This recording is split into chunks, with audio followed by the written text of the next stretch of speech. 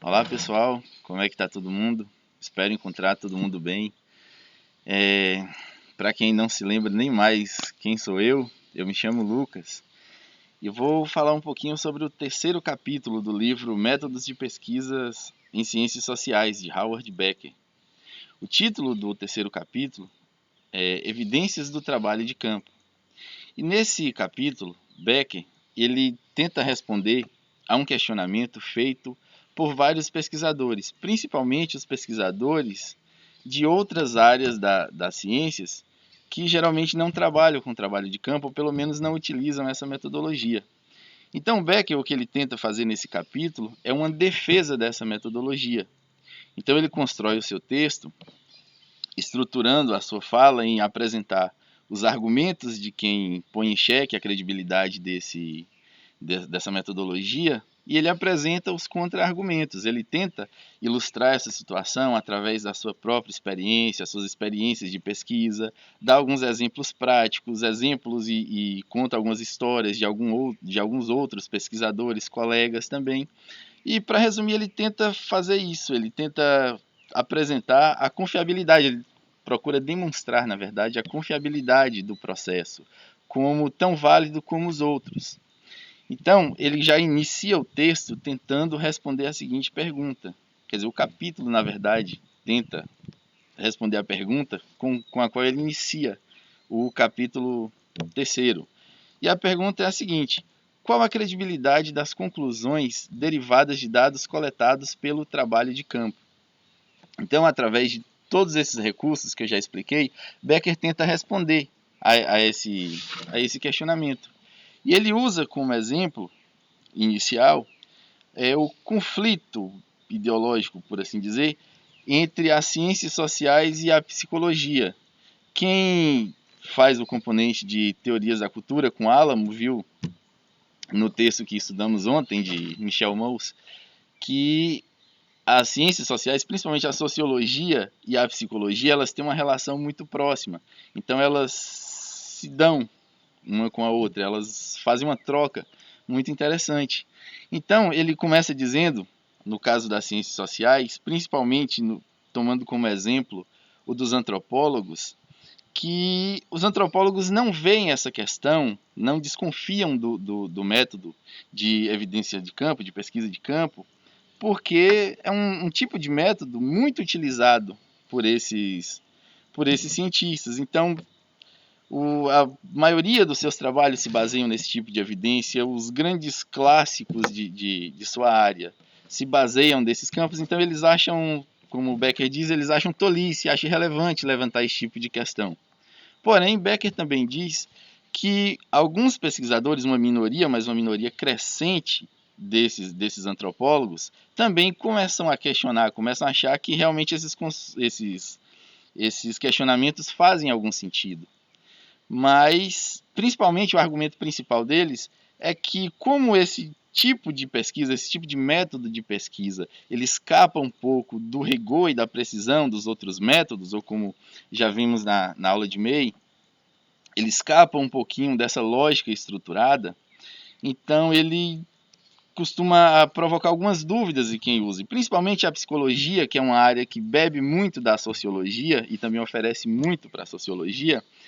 Eles dizem o seguinte, que os resultados até que são plausíveis, os resultados apresentados pela sociologia até que são plausíveis. Mas aquilo que está sendo apresentado, isso o questionamento da psicologia, é verdade? Como é que a gente pode ter certeza que esses dados de fato são reais e são verídicos se os elementos de verificação não se enquadram, não se aplicam a esse tipo de metodologia? Então, Becker ele começa a estruturar o seu texto e começa a responder essas perguntas, apresentando sempre que eu estruturei em uma tabela, onde uma coluna eu tenho as acusações que são feitas ao método e a defesa que ele aplica. Então, uma dessas acusações é que, eu chamo de acusações, mas eu acho que não deveria nem usar esse termo, né? Alguns elementos que põem em dúvida o método de pesquisa de campo. Então, alguns vão dizer que os agentes de campo apresentam, mesmo pesquisando instituições iguais ou pelo menos semelhantes sempre apresentam resultados diferentes. E ele cita alguns exemplos nesse caso e depois ele vem dizer o seguinte, que esses resultados podem ser iguais, podem ser diferentes pelo seguinte, porque nem toda instituição semelhante ela é igual. Ela não é a mesma coisa. Nem tudo que está na mesma categoria pode ser considerado a mesma coisa. E outros fatores também têm que ser considerados para justificar essa diferença dos resultados apresentados, como o tempo em que essa pesquisa foi feita, pode ser a passagem do tempo, uma época específica onde aconteceu algum evento que comprometeu a linha de pensamento das pessoas, a forma com que as pessoas pensavam, também a localização onde essas instituições estão inseridas. E a formação dessas instituições também ajudam a justificar essas diferenças. Então, se você estiver analisando o contexto das universidades federais, então os fatores geográficos vão ser diferentes, porque a maneira com que os estudantes, por exemplo, se é o que você pesquisa, os estudantes da Universidade Federal do Sul da Bahia são diferentes em N formas dos estudantes da Universidade Federal do Rio de Janeiro, por exemplo, ou da própria Universidade Federal da Bahia, que não está tão distante da gente, né? E a mesma coisa ele diz quando ele fala que mesmo quando essa observação está sendo feita na mesma instituição, o que está sendo observado é a mesma instituição, os pesquisadores em si têm perguntas diferentes, eles trazem teorias diferentes. Então eles procuram responder aquilo que provocaram os pesquisadores em suas pesquisas. Então não necessariamente o mesmo objeto de pesquisa vai apresentar a mesma resposta, a depender de quem pesquisa. Então, para concluir essa parte, ele diz o seguinte, que não há problema nenhum em se apresentar dados diferentes de uma pesquisa de um tema que seja igual ou que seja da mesma coisa. O que não pode acontecer é que esses dados se contradigam. Eles não podem dizer uma coisa que destrói o que um outro já disse anteriormente ou que vai dizer lá na frente. Mas se essas pesquisas elas se conversam entre si, se elas se defendem entre si, então não há problema nenhum. E geralmente é o que acontece, segundo ele. Uma outra questão que ele apresenta são as questões dos biases, onde esses questionadores do método de pesquisa de campo, eles levantam algumas questões, dizendo que, principalmente partindo do argumento de que alguns estudos recentes evidenciam o comprometimento de algumas pesquisas por conta dos biases desses pesquisadores. Ele vai dizer o seguinte, que mesmo esses biases comprometendo, isso é muito mais perceptível, isso é muito mais presente dentro das pesquisas feitas em laboratórios ou ambientes controlados, que geralmente a pesquisa de campo, por estar no ambiente natural do observado, isso geralmente quase nunca surte efeito. Então isso não compromete bem. Outra acusação que fazem também é o seguinte, que a falta desse rigor metodológico, a falta de critérios de avaliação da veracidade daquelas informações acabam sendo um terreno fértil para a prevalência dos biases de quem faz pesquisa de campo. E aí ele dá um exemplo de uma própria experiência, onde ele está fazendo uma pesquisa com professores de uma escola e que ele tem uma teoria acerca do que ele está pesquisando e ele descobre durante as pesquisas que não é bem aquilo que ele pensava, que os professores acham. Então ele tenta influenciar de algumas maneiras a resposta dos professores, encerra o momento de entrevista desses professores em uma conversa informal e ele ainda tenta influenciar os professores a darem uma resposta diferente e os professores não dão.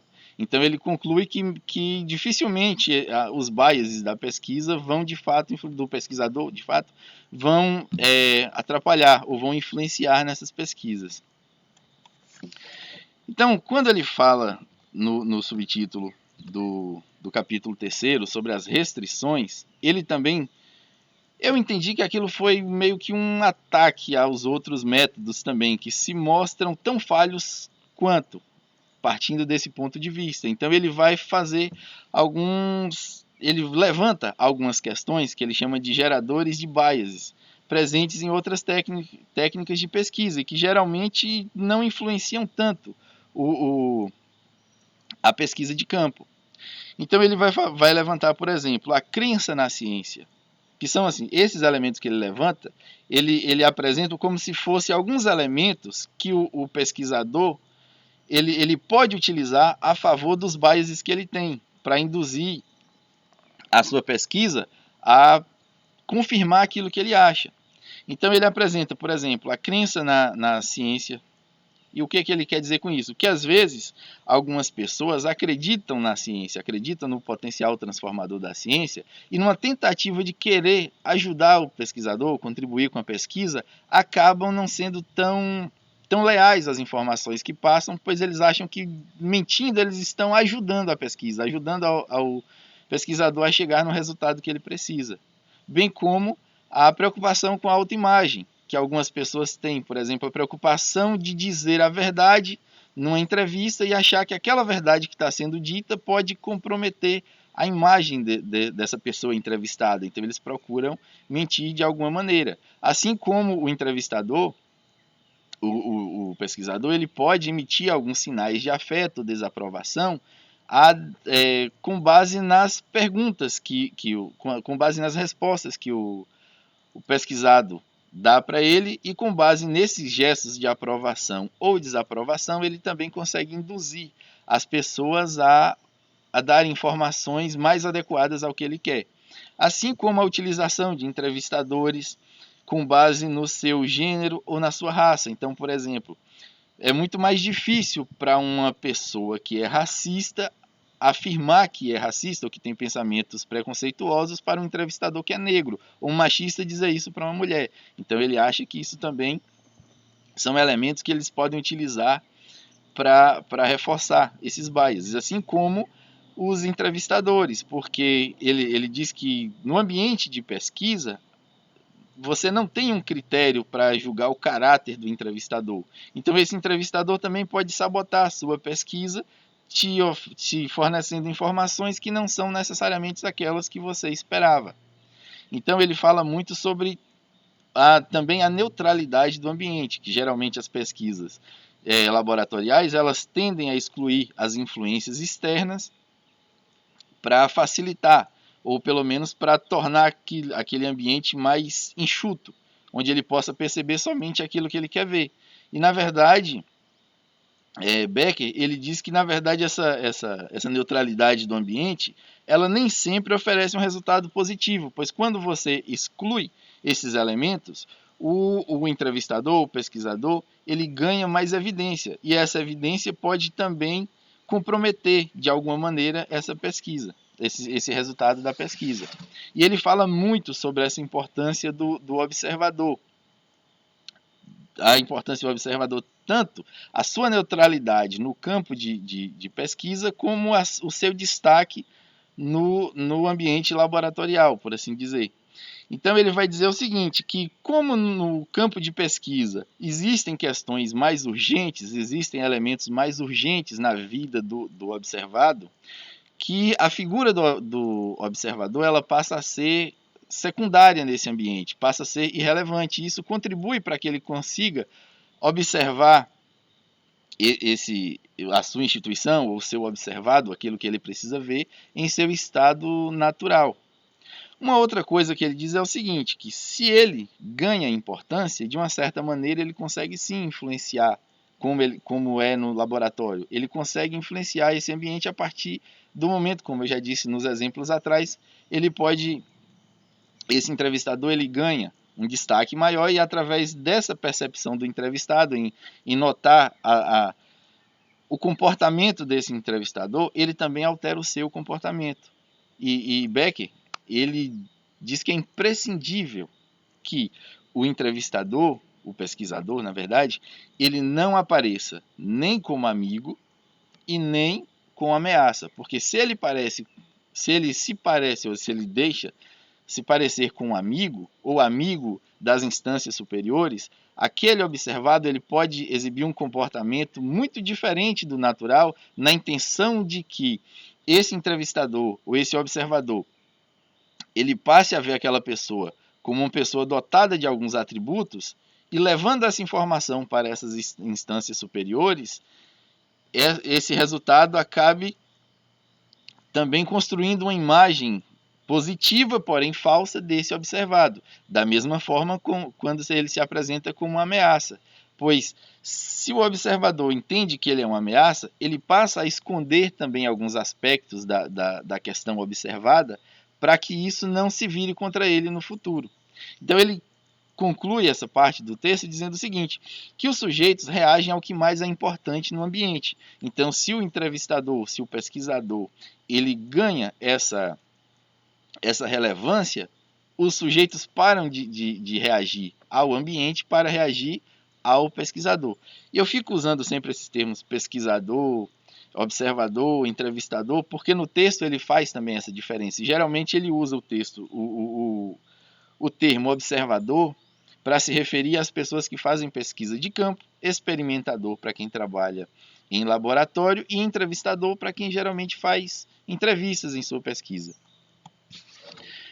E o último subtítulo desse capítulo é chamado de Dados Ricos, onde ele fala um pouquinho sobre a importância, assim, as vantagens de fazer a pesquisa de campo, justamente por conta das possibilidades da riqueza de dados que você consegue extrair dali.